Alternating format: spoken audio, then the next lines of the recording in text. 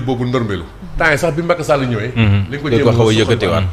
donc xam nga bu économie bi doxul de manière générale dafay feeñ ci yenn secteurs yi nga xam ne nii mooy secteur de productif yi. oui voilà loolu mooy andi lii nii quoi te boo matul wàllu dina gën a ñaaw parce que bon xam nga bettuñu tam. on ne le souhaite pas.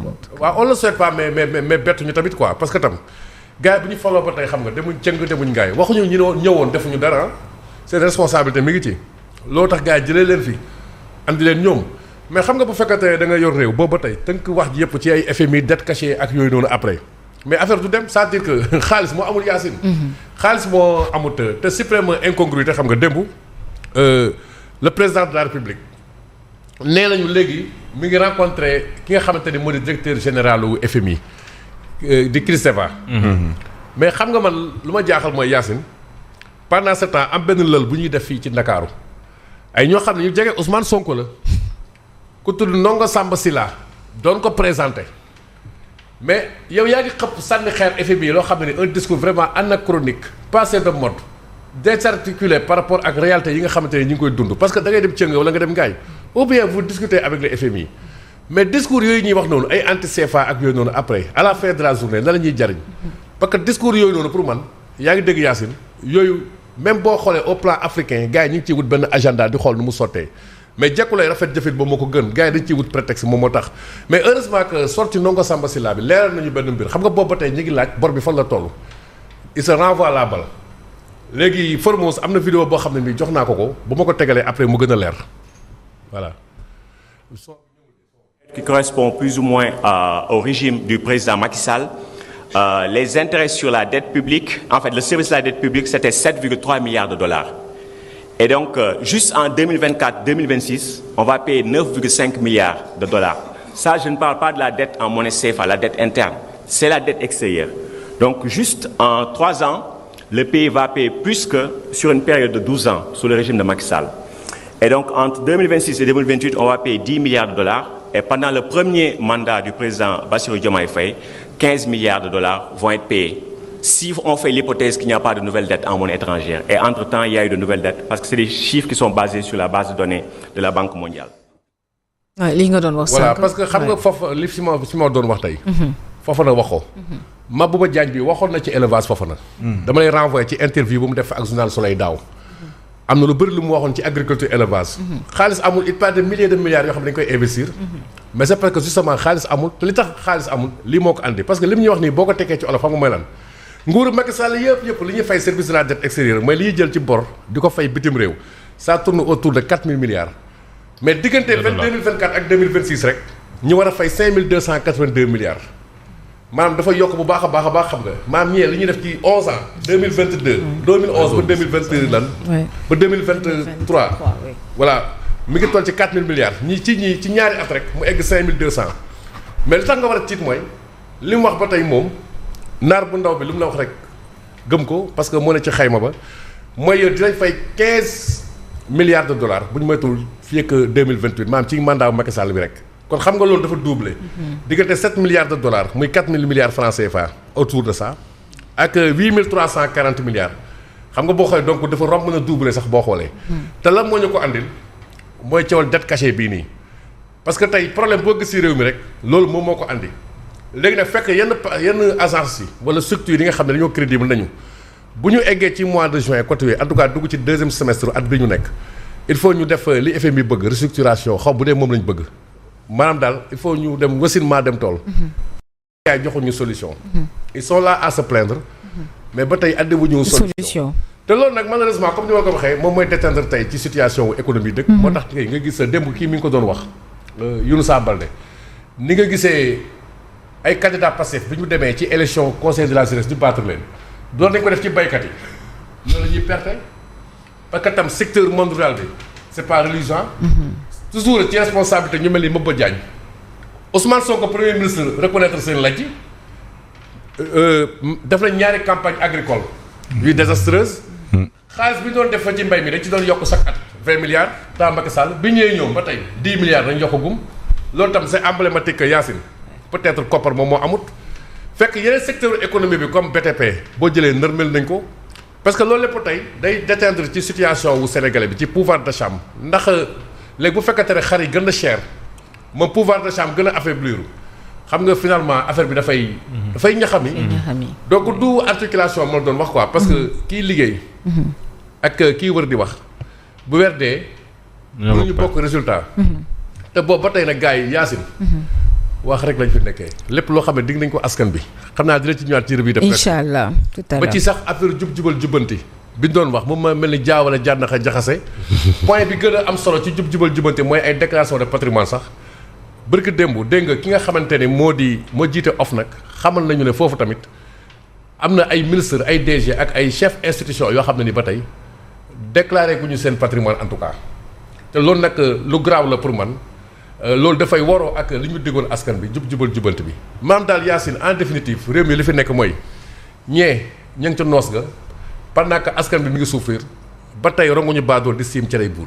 Alors, Pierre Simon, Saint-Iflux suspect dans la lutte contre le blanchiment de capitaux et les circuits financiers illicites. Il y a 866 alertes enregistrées en 2025. Alors, c'est une baisse de 6,7% par rapport à l'année 2024. Oui, baisse boobu faudrait-il que ñu xam li ko mën a expliquer. Parce que les déclarations de soupçon yàgg na.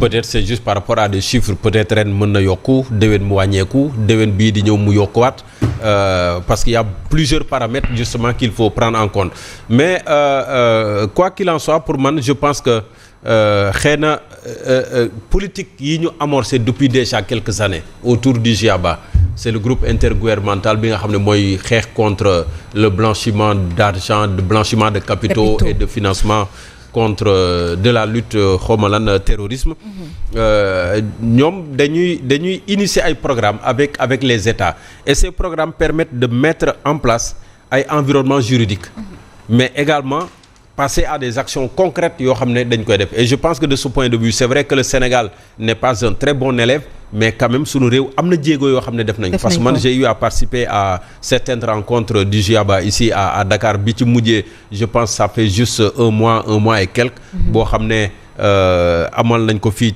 ci Ndakaaru donc tu vois que il y a des efforts et nit ñi au fur et à mesure ñu ngi comprendre ne ñu ngi gën a comprendre ne am sa alal mën nga ko amee neneen nu gën a rafet. Bon c'est vrai qu'il y a encore des pratiques yoo xam ne ça demeure mais toujours est-il que boo defee yenn opération yi au niveau de la banque a l'obligation du banque bi moo lay laaj nangama dafa obligé def déclaration léegi nag déclaration bu muy def nan la koy scientifique jàppee banque bi lijjantiwul loolu parce qu'il y a des normes à respecter il y a des choses yoo xam ne bu ko banquier bi gisee wala l'établissement financier gisee automatiquement daf ko war a signaler moom mooy ces déclarations suspectes yi nga xam ne moom ngay dégg mais déclaration suspecte ça ne veut pas dire également que li ngay soupçonner moo am. Alors on me fait savoir que les Sénégalais font de moins en moins dans les banques. Oui parce que oui mais justement il y a ça parce que à une certaine époque am na ñu bëri ñoo xam ne seen xaalis seen biir kër lañ ko doon denc. Thésaurisation. yenn pratiques yi nga xam ne moom la ñu gis mais n'empêche le blanchiment d'argent est toujours là et am na secteur yu bëri boo demee nga xool ko da ngay xam ne tu as des soupçons léegi nag soupçons yooyu nag enquête moo koy approfondir établir des faits réels ou supposés.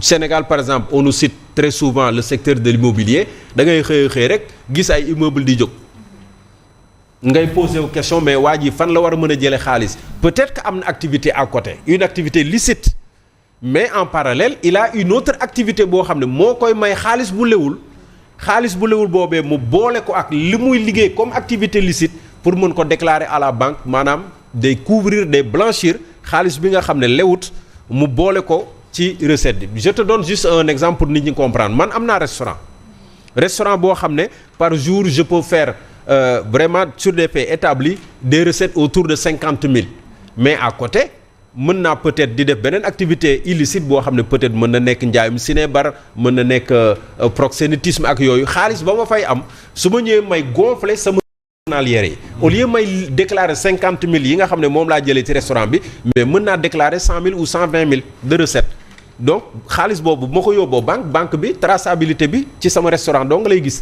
donc autant de choses yoo xam ne nit ñi dañ koy def pour mais teewul également que les autorités veillent bu fekkente ne nag déclaration yi wàññeeku na ça peut signifier énormément de choses mais toujours est-il que le phénomène demeure et il faut rappeler que Sen-TV mi ay rapport am moom la gars yi exploité pour topp ñenn ñi ci yoon. Il faut le dire. Voilà. Oui, c'est vrai. mais nag joxewul dara de. ces rapports scientifiques yi moom vraiment c'est il faut les revoir.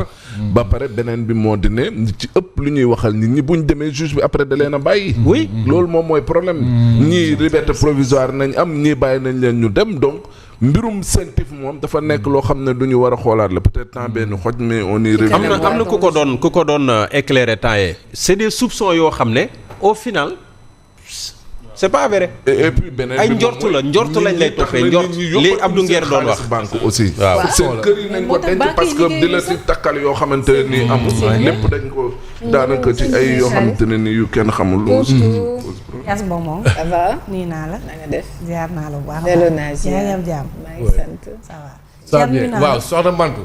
nuyu naa la baax ziar wér-wér. nuyu foofu. oui boy. nuyu Simon Pierre Mantou chef national. nuyu aussi Nanko maa ngi nuyu suuf lay day faatu fay. ñoom Bijou di nuyu bu baax a baax Formose ak Maba Diakhou ñu dooree li gën a fës ci yéenekaay yi dañ koy dooree Thierre yow wax nga maa ngi ñëw ci yow ci waaw kanam bismillah. wax nga Thierre waxaat te yaa koy waxal benn du wax. yow yaa koy waxal. bàyyi ma waxal Thierre waaw tey waxal taamu waaw moom ko rek. ci xam nga nag xam nga jottali di ku toog ci plateau tamit yombul en tout cas Oui. yéenekaay bi des médias bi